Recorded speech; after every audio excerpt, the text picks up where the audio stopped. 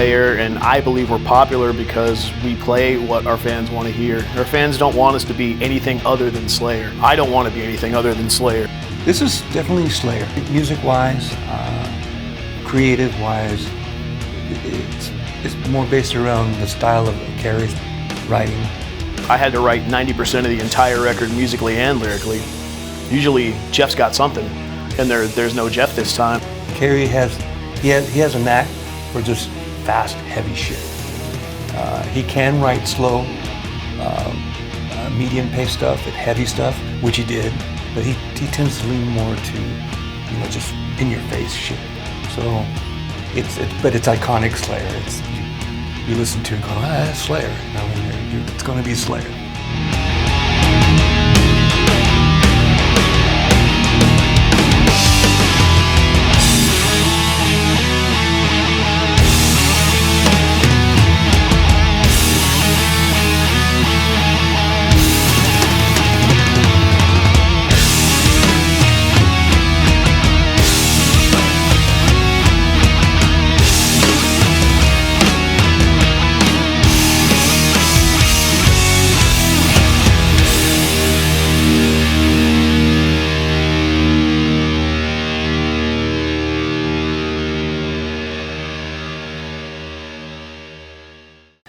Then you throw my pipes in there, and then it becomes, okay, this is Slayer. So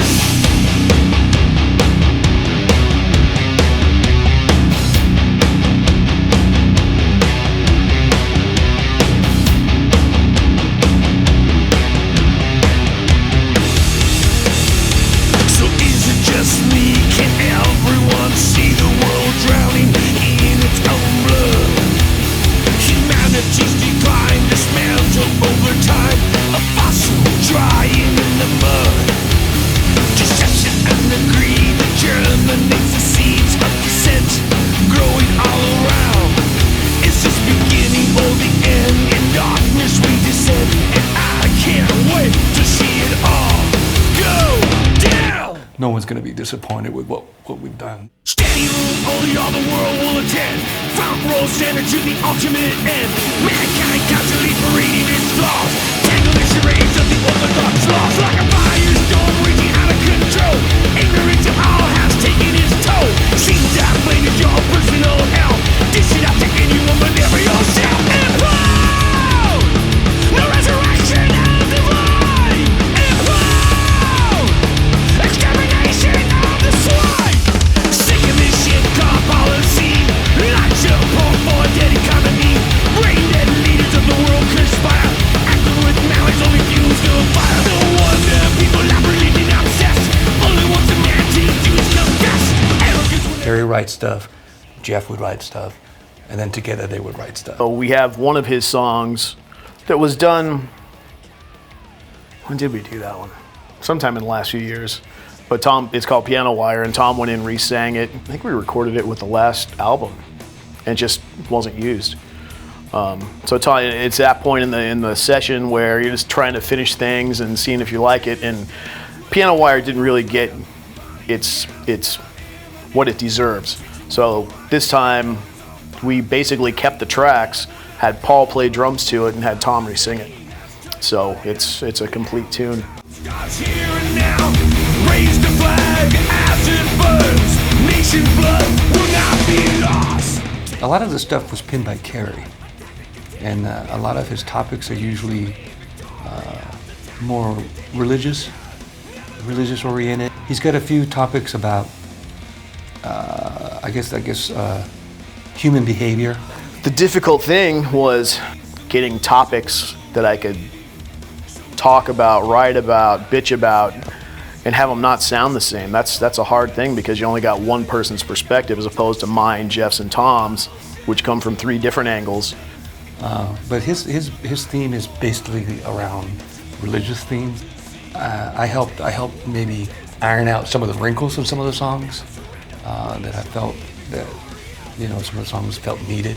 That was the hardest thing, but I tried not to think about that as much and just either get a couple cool lines in a chorus, a couple cool lines in a verse, a cool title, and just marry that title to the song that it fits, and just go from there. One of the songs is called Vices. You know what I mean? So that has that song is based around you know, how social vices that people have and how people are. Stop and think of society's impotence and the reason behind its incompetence. Facing God is to fight, break under tyranny. What belongs to you, find the real irony. Life drags on and we watch it bleed. Of controversy and madness we feed into rust. You can't deny. A little violence is the ultimate drug. Let's get high. Everybody's got a vice. Everybody's got a crutch that for a lot of people it's religion, of all things. But you know, drugs, alcohol, women, whatever. That's where I came from with Vices. That's gonna be a really cool song to play live. I would play any of these songs live. It's pretty cool. Controversy and madness we feed into rust. You can't deny. A little violence is the ultimate drug. Let's get high. I actually wrote some lyrics on the road. I took it upon myself to do something I don't do. There was one time, it's either last summer or the summer, I think it's the summer prior. We had 3 days off in Athens before, like we lost a show in Turkey because of, you know, political unrest and stuff. So we went straight to Greece and I'm like, you know what, I'm gonna use this time to write a song. And that's why I wrote Cast the First Stone, the whole tune. I finished it in Greece. So if we ever play Greece and we play that song, I'm sure they're gonna like it better because I wrote it there.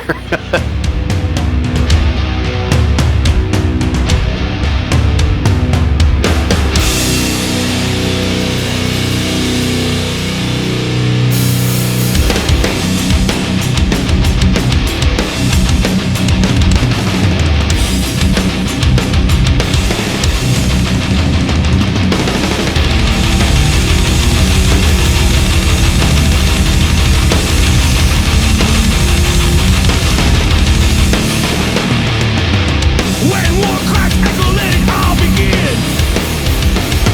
Never known any other way to fight, just win. Blood of the enemy, when penance is due. You know that sacrifice starts with you. Cast a first go. Stand in my way. It's vengeance you owe. With blood you will pay. Live a battle, the intensity knows no peer. Your defiance will prove severe. Choking on blood, beaten in pain. Realizing no fighting is all in vain. Cast a first stone. Stand in my way. It's vengeance you owe. With blood you will pay.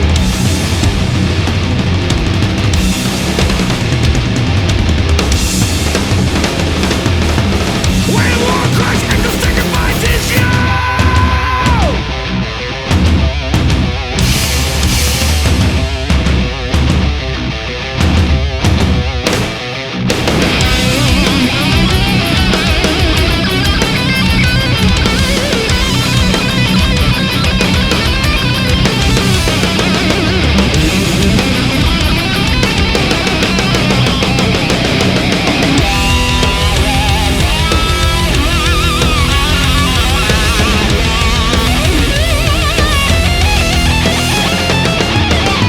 You can feel that with me everywhere I walk. Like a devil spitting fire every time I talk. Manifested confidence you can't stop.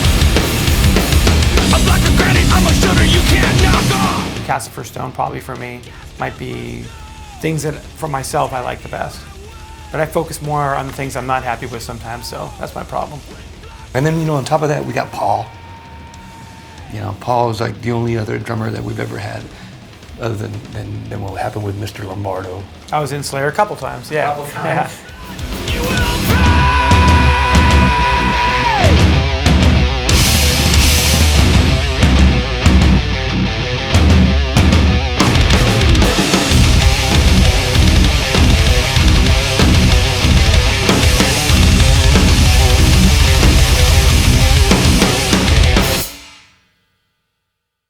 The funny thing about Paul is if Paul never quit the band, he would still be here. Oh, if he hadn't quit the band, then he would. Yeah, it wouldn't. Yeah, he would still be in the band.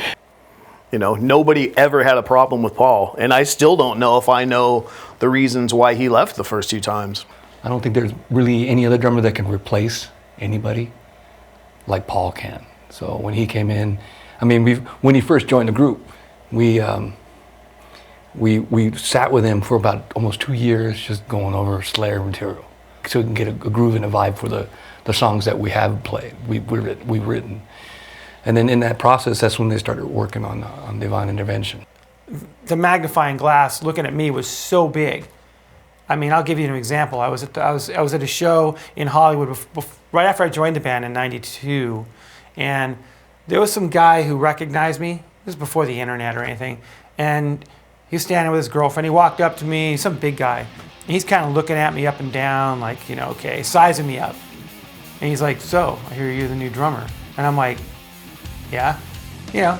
And he kind of like looks at me up and down, takes his hand and squeezes my bicep, looks at me, just does one of these things and walks away. And I'm like, "Oh, that wasn't weird," you know. So I'm like, okay, this is that kind of encompasses kind of what I thought the overall attitude about me coming into the band was going to be at that time. So Divine, for me, if I had to compare it to any other record, it'd be probably almost impossible because I had everything to prove then. But this last time, when Dave threw out the internet bomb and we're on a plane for 14 hours and can't respond to it, I land in wherever the hell we were in Australia, about as far as I can fly anywhere, you know, and not be able to respond to something. And then it's taken on a life of its own, so then you just don't respond to it because what's the point? When things were going on, you know, that was pick up the phone, said, "Dude, we should call Paul back," you know. The first text I got, a number of texts, but the first text was from Paul Bostaff, and I went, that's odd. And then I saw like a laundry list of people. I'm like, Dave must have said something. And, you know, Paul was offering up the services, and I laughed out loud. I'm like, why would I have a guy back in my band that's quit twice? It just didn't make sense to me. Even though Paul has always been a friend of mine, I got nothing against Paul. It just seemed odd. We had a little roundabout between us, between the three of us. And I told him, I said, I really think we should have Paul back, because it's not somebody new. It's not someone that we have to work with. There's someone that sat in the band. But we pursued it. We got back from Australia. I did demos with John Deddy. I did demos with Paul. The same 2 songs under the same circumstances. They each had like 24 to 36 hours to learn them and just see where it went. And Tom and Jeff both decided Paul, and in hindsight, that was the right choice. Oh, it took 3 seconds. You know, when they asked me if I was interested again, absolutely. I'm glad he's back, though, because that makes life easy for everybody, you know, as opposed to having to try to work with someone that we've never worked with. He's a familiar face. Everybody knows Paul, and Paul was a member. You know, stylistically, things have changed for me. The priorities in which I was trying to achieve certain things, but one thing remains the same. It's got to be Slayer.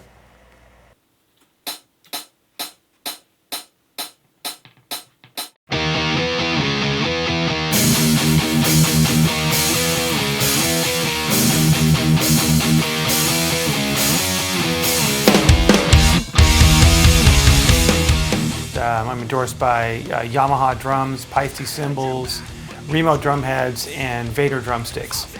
In the studio, I typically do things different in the studio than I do live. I have a live drum set. My particular live drum set that I used on the last album cycle was a Yamaha Oak Custom. In the recording studio, I went for something different because I wanted the sound to be different in the studio. So what? I wouldn't have it any other way.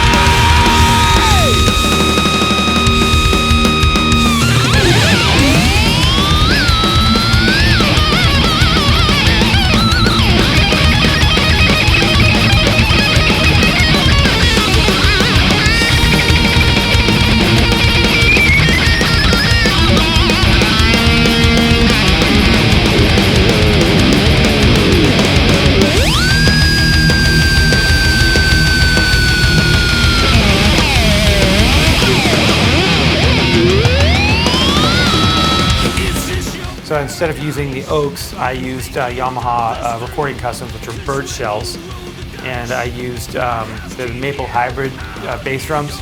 For snares, we typically try a bunch of different stuff that works. I always bring my live snare in to see how it sounds in the studio with whatever we're trying to do. But I find that every session has its own life, and I think that instead of trying to force just my sound into it, I want the sound that we find exciting.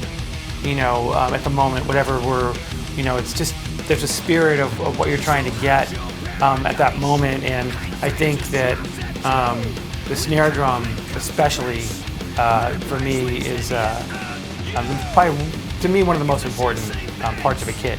It's the identity of a drummer. It's the identity of the drum set. So we spend time, looking for that, or one or two sounds that we can intersperse in between slower or faster songs, or it just gives each song a different kind of vibe. Just you! You're just you!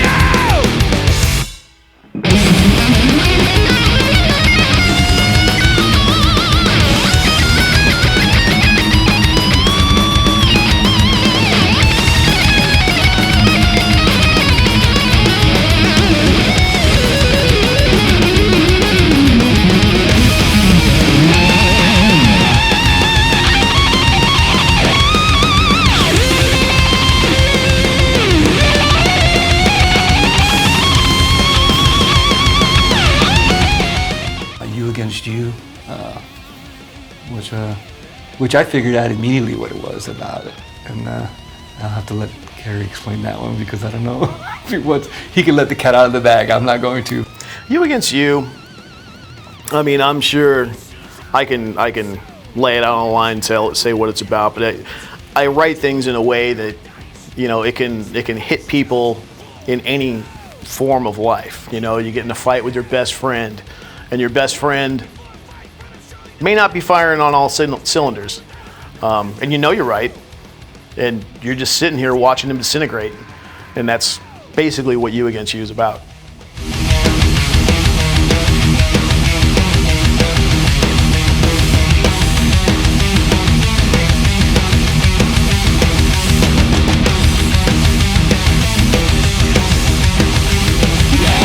I've never worked with Terry Date before. So when I found out we had Terry Date slotted to produce the record, I was very excited about it because Terry has worked on some legendary albums. I mean, some of my favorite heavy metal albums ever. And I knew that he had done Pantera stuff, and then they're like, well, he's done other stuff, and then they gave me, they sent a roster of a list of stuff that he'd done. I'm like, he did that record, he did this record. I'm like, wow. For me, it's basically based on respect. Because if I don't respect somebody, you're not going to talk me into playing something that I think sounds fine anyway. And like I said, me and Terry hit it off. He's kind of like, he'll listen and he'll tell you whether he likes it or not. Me being a singer, I need something like that can tell me, and they'll go like, that sounded great. As opposed to having someone tell you how to do something that you've done for 30 years. You know what I mean? So I really like working with him because he was so cool with that. It just doesn't have quite the right pocket or something. But we'll get the choruses first, then we'll come back to those, unless you want to do it different. But first time I ever worked with him, so I thought he'd be this stern taskmaster, And he would just you just look at me and as long as the vibe was cool, he didn't care. And sometimes though I need direction, otherwise I'll keep doing something over and over, even if I had a really good one already. We'll tackle this in two parts because I never thought I was soloing over the other part, so I never really gave that a thought. So. okay. Whenever I try ideas, you're never really sure about shit you do. You just do it and then thinking, wow, that sounded cool. What do you think of that? Because he'll tell let's try another one. Let's try it again. I kind of hear what you're trying to do. Just do it again and see if you can come up with something. Or he'll say, nah, just stick with what you were doing. He would guide me, which is what he's supposed to do, which is awesome. So a lot of the stuff came out fucking awesome because of him. So. Now, there's some timing maybe down in here, like you were just a little bit off the beat a little bit, just not quite on it, but. I don't want to be a producer. When I'm done doing this, I don't want to produce because I don't have the patience for it. You know, I just don't want to get involved in that. And that's what we hire a person like Terry Date for. That's his job in my book. And he did it well. At the end of the day, the final mixes, the drums sound great on their own. The guitars sound great on their own. Tom sounds great vocally on his own. So together, it's just pretty devastating. I think it came out better than I could have imagined.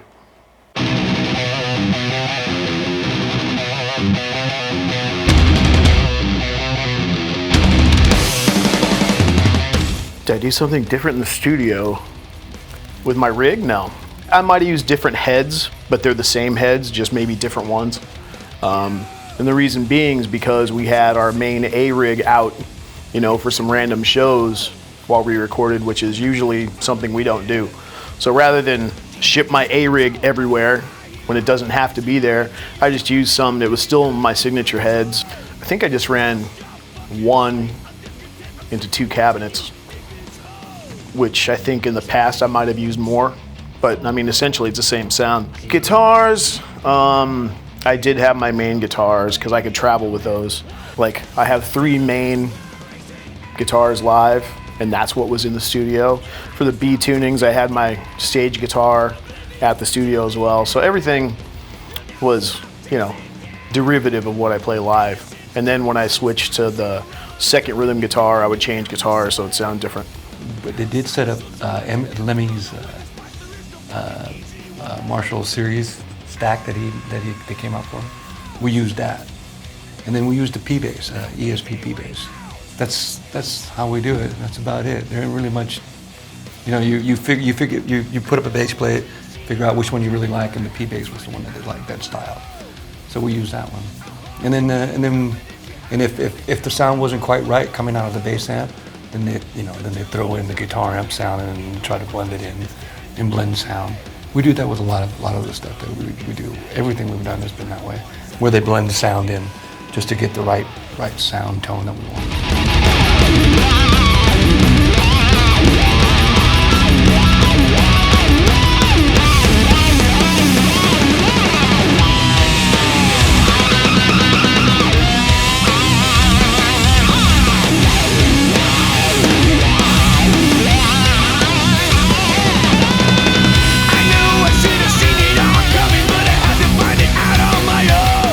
Chasing Death is about people chasing death, living in a fast lane, and just doing things that will might, you know, bring death a little quicker than it should be. You know what I mean? So, you know, and that was the gist of that song for me. I'm losing friends to addictions.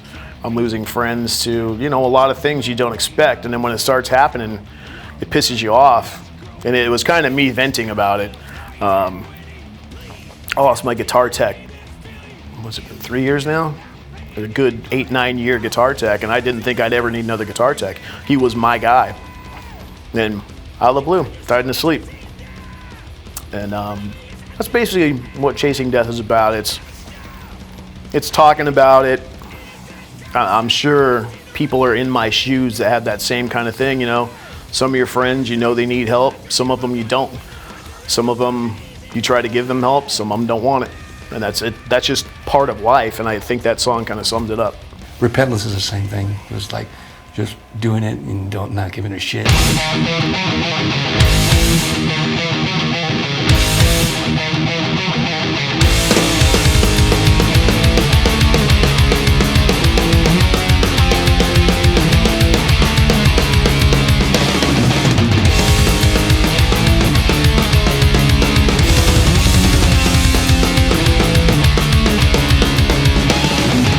That one is pretty much my Jeff tribute.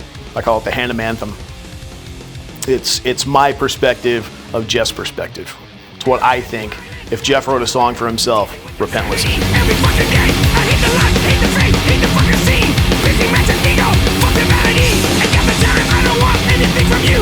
Feeding up my tolerance is all you fucking do. No looking back, no regrets, no apologies. What you get is what you see. Live fast. I'm high. You know, for my solos on the new record, you know, to keep it simple, you know, I just used my Kemper preamp. You know, I have I have a few of them, I have the one that looks like a little space age toaster, a little carry bag. And so I was able to just get on a plane and fly to LA with my tone in hand, basically, with Slayer obviously live, it's all about Marshalls and lots of them. But, this was just simple, and I had my Marshall profiled into it anyway. And I just used it and some ESP LTDs because my signature model was far from ready at the time anyway. And so they just I didn't even bring my own guitar. They brought a couple down, and I just went in and just kind of went for it.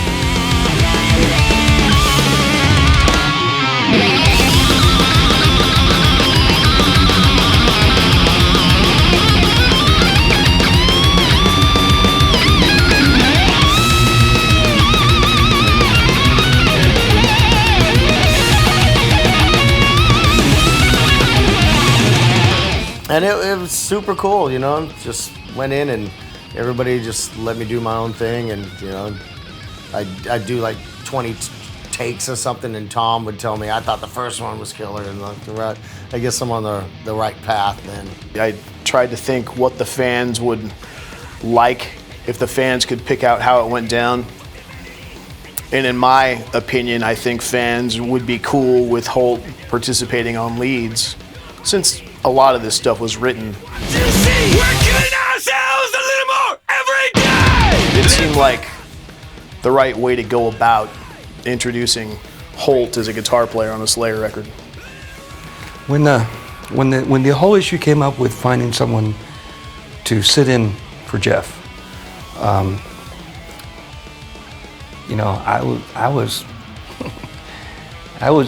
my take on that whole issue with that was, well, fuck, let's just stop. We'll stop and we'll wait. We'll wait for Jeff to get better. His whole arm and stuff. That's where I was at. And then when there's names were started flying around, I didn't want any of that. So someone brought up Gary, and I was like, my ears perked up because Gary's a good friend. If this is going to happen, let's ask Gary. See how he feels about doing something like this if he wants to. And because that's the only person in my eyes that could do it. Because we were good friends with these guys, especially and then him and Jeff were good friends.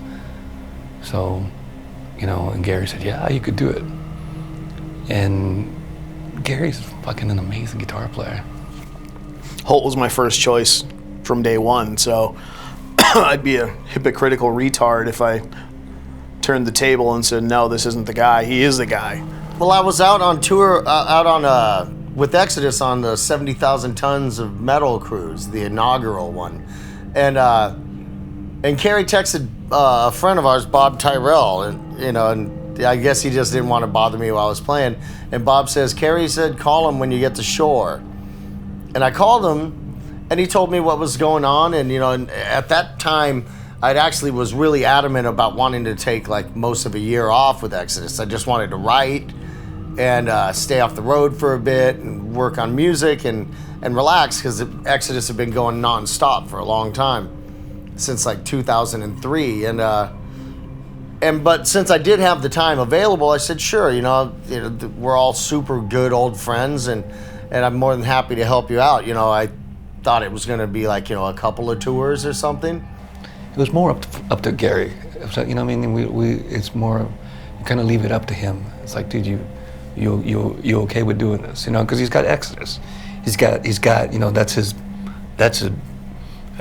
grown kid right now. He's got 30 years of Exodus. So, it's a full-grown adult now.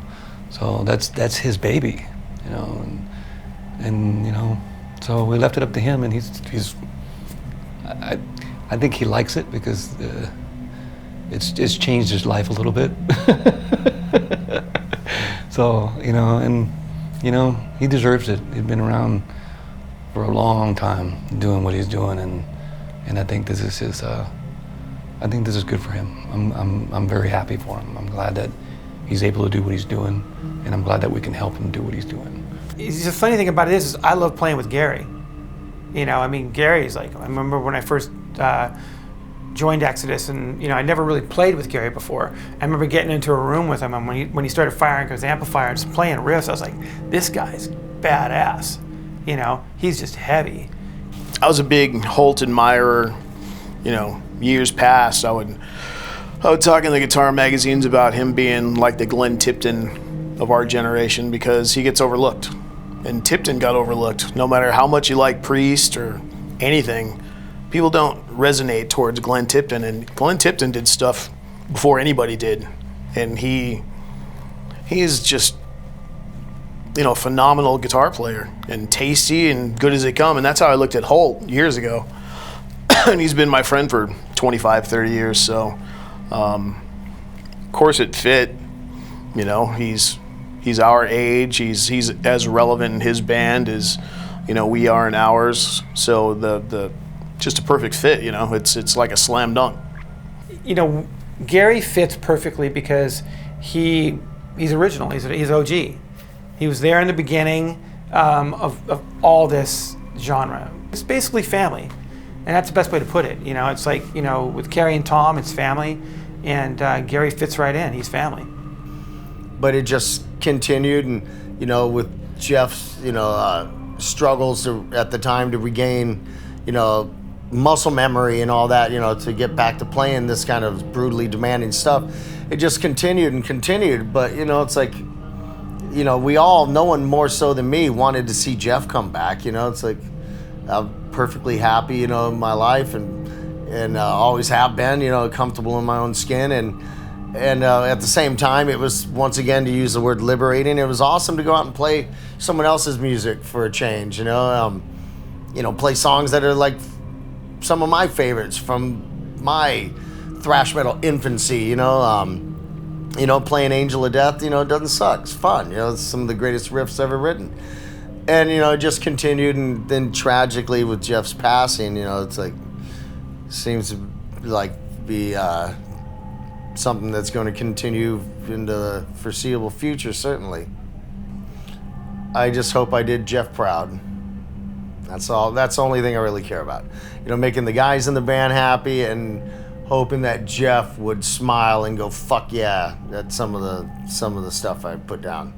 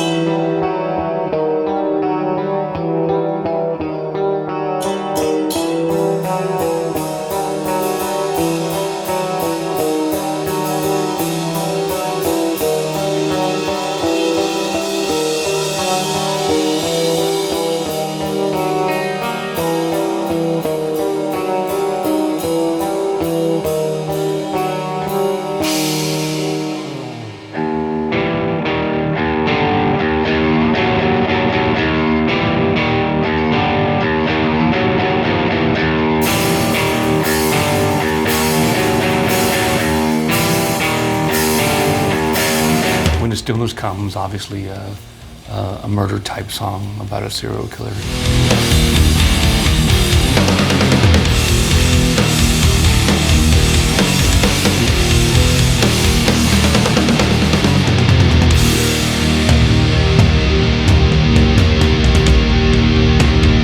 That was my first attempt at spooky, because Jeff always wrote the spooky music. And I was pleasantly surprised. It came out good and spooky. I love that tune. Blood was like paste on the walls. Bodies laid lifeless like dolls. A moment that felt like days. Life extinguished in a rage. So nauseous I don't realize. Incessantly eating the flies. In a moment of visceral haze. The last thing you see on my grave.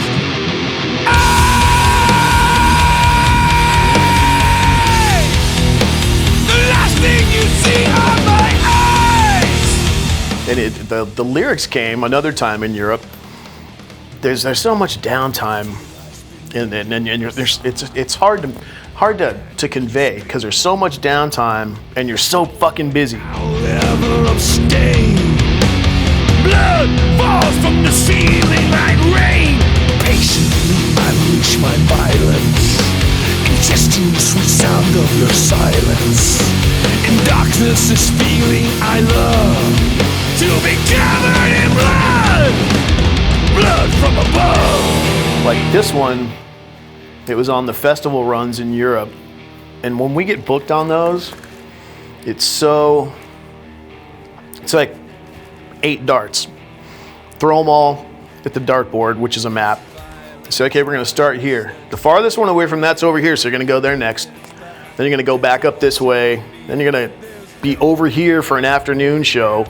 And just the travel and everything is just nightmarish. So there was this one time we stayed in a town, I can't remember what country we were in, but we had to drive like 3 hours to get to the venue site in vans. You know, nothing comfortable. It's just, here we are, you know, and we're not drinkers before we play, so we're pretty much in hell. Then I just had my phone out and I'm just writing down lyrics. And 90% of that became When the Stillness Comes.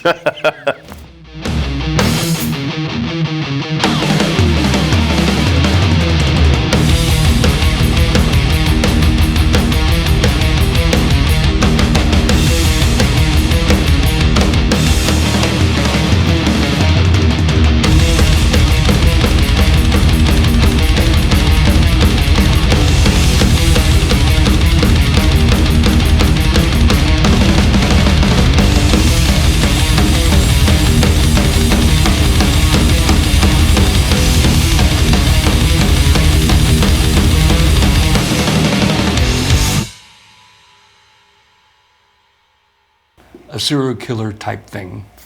It's funny how I take advantage of my time, but yeah, that's a story for that one. We'd have days off on tour, and he's sitting in his hotel room, you know, writing music or writing lyrics, or even sitting backstage working on riffs. You know, so I saw it firsthand. You know, the amount of effort he put into this, and it shows in the product.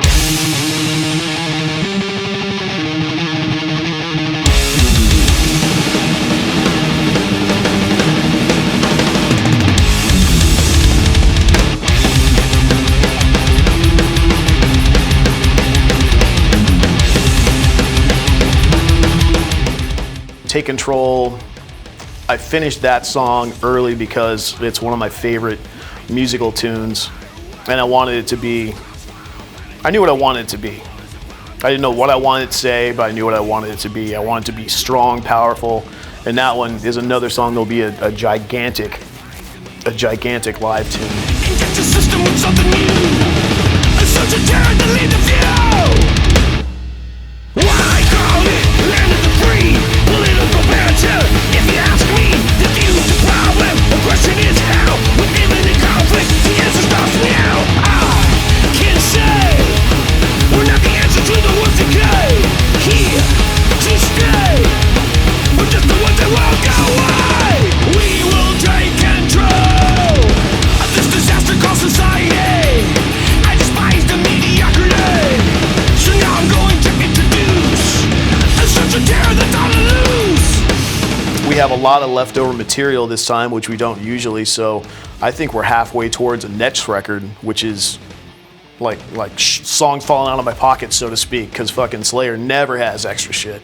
Nothing has lyrics, but I think we recorded 5 or 6 other ones with all strings, and they're essentially done unless lyrics make them change. But, you know, we're set up to tour 3 years for sure. If it gets slow in 2.5, then maybe we address that record and get one out sooner. It's still Slayer, you know what I mean? It's like, we're going to tour the world, we're going to tour behind this record, we're going to deliver the same energy and everything that Slayer fans have come to love from the band, they're going to get. We're gonna take it out to the masses and shove it down their throats. You know, the album's killer. Carrie did a remarkable job. I am the propaganda war machine, the face of fury and insanity. So when society is dumb straight, I'll be the one to pave the way. They'll never fuck with my reality, 'cause this right here to me is unity. When all is done, we'll have all the show. A domination that we'll never know. We will take control. Shit. what's in store for Slayer, man, it's already started. I mean, the record isn't even out yet, and it's already started. It started with this photo shoot. We're gonna do an interview in New York next week, Monday and Tuesday. We'll be in New York. So it's already started, and they've already got the year planned next year, and so, you know, then sacrificed another 5 years of my fucking life. But I guess that's what happens when you sell your soul.